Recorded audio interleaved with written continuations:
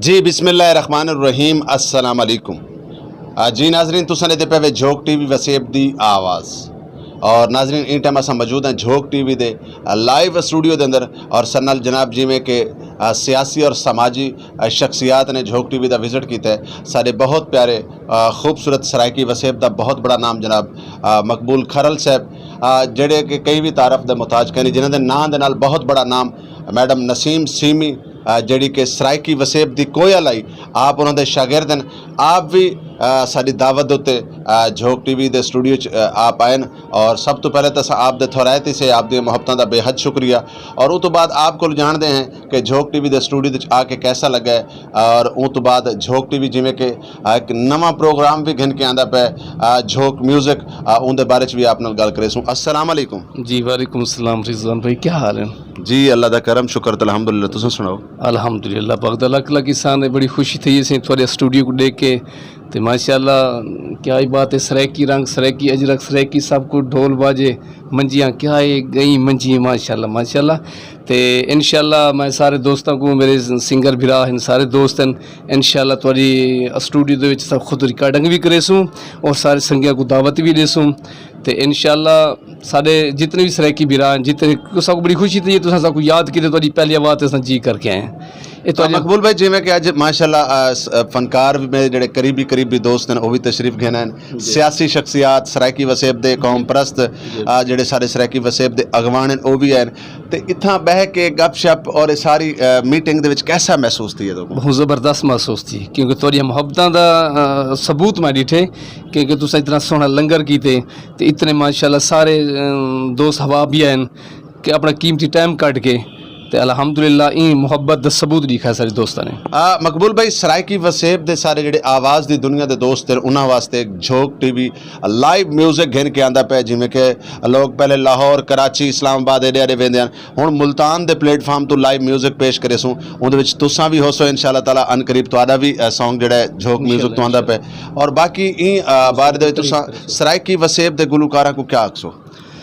जितने सारे सरायकी सिंगर हैं इन लाहौर दे बहर दे धक्के खाने जो अच्छा काम साढ़े मुल्तान थींदा पे तो वही सब कड़ी शा की जरूरत है क्योंकि ई तो मेरे तो जहन च कि इंशाल्लाह मेरा जो हूँ एल्बम बनता पे तो अल्हम्दुलिल्लाह मैं सारे दोस्तों को आखसा भिरामक सुनते भी पैन कि झोंक टीवी तो आगे तो रिकॉर्डिंग करे सन और अल्हम्दुलिल्लाह इस संगत को अगम बरकरार रखे सन। बहुत शुक्रिया बहुत मेहरबानी। आखिर दे क्योंकि रिवायात को बरकरार रखते हुए मैडम नसीम सीमी साहब का एक डोड़ा तो एक माइया ही ना कुल सुन दें ताकि नाजरीन तुसीं में जुड़े रहो झोंक टीवी के नाल और अस तो मिलवेंदे रहो पाकिस्तान सरायकी वसेब के नामवर गुलकारां दे नाल नामवर फनकारां दे बार और दानश्वरां दे नाल सरायकी वसेब के वो मुहांदरे लोग तो लिखे सो जिन्हों को तुसीं अक्सर टीवी की दुनिया दे देवे आवाज़ की दुनिया के बड़े बड़े नाम। तो जनाब आखिर मैं चाहसा क्योंकि मैडम का अखाण पूरा जरूरी करना चाहिए जरा मैं दौड़े तवज्जो करे सो। जी बिस्मिल्लाह।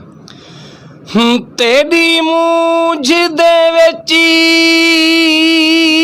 याद की सजन बाबा थिया हाल बुरा तू के थी बाबा गल गोदड़ी पात को गोल रियां ओए मैं हर एक जा तू के थी हर गली को चाह भोया बाबा नहीं एर पिया तू के थी खड़े शाकिर मार बथाड़े ते ओया पुडसा तू किथे एक वारी आवे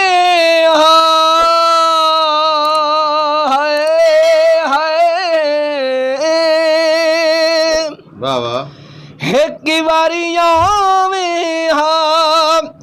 सिकदियां अखियां नू ओ दीदार करावे।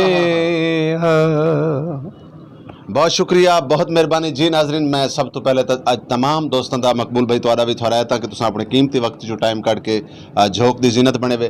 और नाजरीन डेदरा सो झोंक टीवी वसेब की आवाज़ और इंशाअल्लाह ताला इवें मिलवेंदे रसूँ। और तुसा भी झोंक दे प्लेटफार्म ते आ सकते वे। तुसा सियासी समाजी शख्सियात वे, तुसा अगर फनकार ही वे, नात खान ही वे, तुसा कवाल ही वे, गुलूकार ही वे, तुसा झोंक ते आ सकते वे। तले पट्टी ते सारा नंबर चलता पे, इ नंबर को नोट करे सो, मोबाइल फोन चे सो, साकू कॉल मरे सो।